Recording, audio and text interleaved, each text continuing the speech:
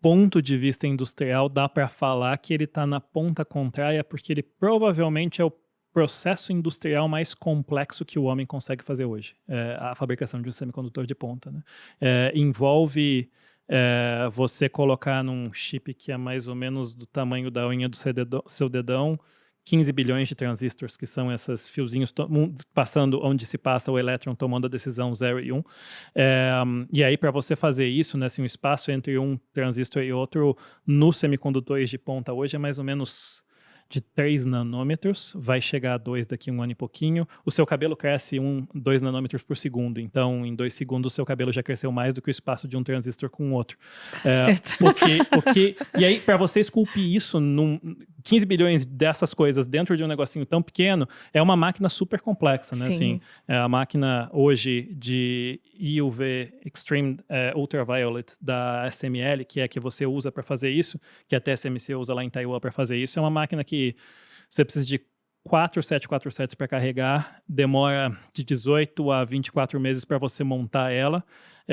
Tem um grupo de 19 espelhos que é feito por uma empresa na Alemanha que você precisa passar o laser e cortar ele nesses espelhos para ele conseguir esculpir o semicondutor com tamanha precisão. Assim. Então, você começou a ter ideia de como você ia fazer isso, que, né, já em 65... O Moore escreveu o artigo que falava da lei de Moore, que ele falava que o poder computacional ia dobrar mais ou menos a cada 18 meses, que a gente ia dobrar o número de semicondutores. E aí as pessoas, legal, né? E isso foi acontecendo, chegou nos anos 70 falando, isso está acontecendo, mas alguma hora para, porque vai ter muito semicondutor. Tamanho, né? Isso, tamanho, né? Assim, chega num ponto em que não tem mais como colocar. E aí lá nos anos 90, quando chegou-se num ponto que você falou assim, agora não dá mais para colocar, começaram a pensar em tecnologias, né? Primeiro porque, o feixe de luz tem 100 e tantos nanômetros, então não dá para esculpir menos do que isso. Não, desenvolvesse o laser. Então vamos quebrar o laser em vários. E aí foram desenvolvendo várias tecnologias e já nos anos 80 e 90 começaram a pensar quando ia chegar nesse desafio.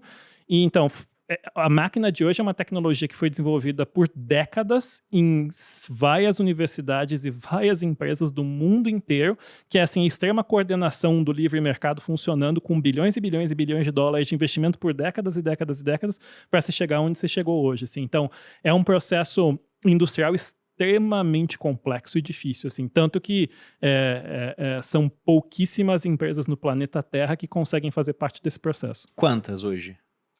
Vamos lá, assim, depende de cada cadeia. Do cara que imprime mesmo, que é imprimir a foundry, que a gente chama que é a fundição, é o cara que faz o semicondutor, tem duas, há 20 anos atrás tinha mais ou menos umas 18, 20 que conseguiam fazer o que a gente chama de semicondutor de ponta. Hoje tem duas, a TSMC, que é baseada em Taiwan, e a Samsung, que é da Coreia do Sul. Mas quando você pega em yield mesmo, que é o quanto que você consegue fazer num preço bom e rentável, a TSMC ela é o grande líder, ela deve fazer algo entre 85% e 90% dos semicondutores de ponta. Os outros 10% é a Samsung. É praticamente um monopólio. É praticamente um monopólio. Isso do cara que imprime. Aí, um passo anterior, que é a máquina de litografia, que faz o desenho do semicondutor no silício, tem um cara só que faz, que é a SML, que é uma empresa holandesa. A tecnologia foi desenvolvida na Universidade de San Diego, lá na Califórnia, nos anos 90 e foi aperfeiçoada com centenas de bilhões de dólares de investimento de todo mundo. Intel investiu, o governo americano investiu, para se chegar na técnica de litografia que você tem hoje. E aí você tem outras design desse semicondutor de ponta. Tem meia dúzia de empresas no mundo que tem a capacidade, os engenheiros que são capazes de sentar e desenhar os semicondutores. Então, cada etapa da cadeia tem 1, 2 ou 3 players que são muito bons em fazer. Então, é uma cadeia bem, bem complexa. Por isso, assim, do ponto de vista de complexidade, ele está no outro oposto. Assim, ele é uma das coisas mais complexas que o ser humano consegue fazer do ponto de vista de processo industrial. Essa SML é que o Murilo falou que produz a máquina que precisa de 4 Boeings para carregar. Exato. Eu acho bizarro, 4 Boeings.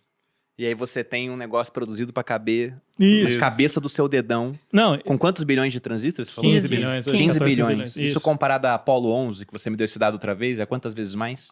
Você está falando de 100 mil vezes mais transistores. O poder de capacidade de processamento do seu celular é entre 150 e 300 mil vezes maior do que o da Apollo 11, que foi o foguete que o módulo lunar da Apollo 11 que pousou na Lua em 69. Não, é bizarro o nível de evolução. E aí você citou a lei de Moore, que é do Gordon Moore, um dos criadores da Intel. Ele começou a observar a taxa de evolução e viu que o poder computacional, ou seja, o número de transistores em um chip, dobraria cada mais ou menos espaço entre 18 e 24 meses. Só que há um limite físico para isso, porque o negócio está ficando do tamanho de um átomo. E uma hora fica até menor do que isso, não sei, reduzido. Sei lá, porque os átomos variam de tamanho um pro outro.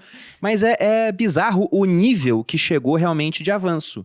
Parece que tecnologia avançada, para mim, né, leigo nisso, é quase indistinguível de magia. Não, Porque você aperta um botão, acontece não sei aonde, e não tem fio, e o negócio é hiper pequeno, mas tem um poder gigante de computação. Então, nível de evolução bizarro.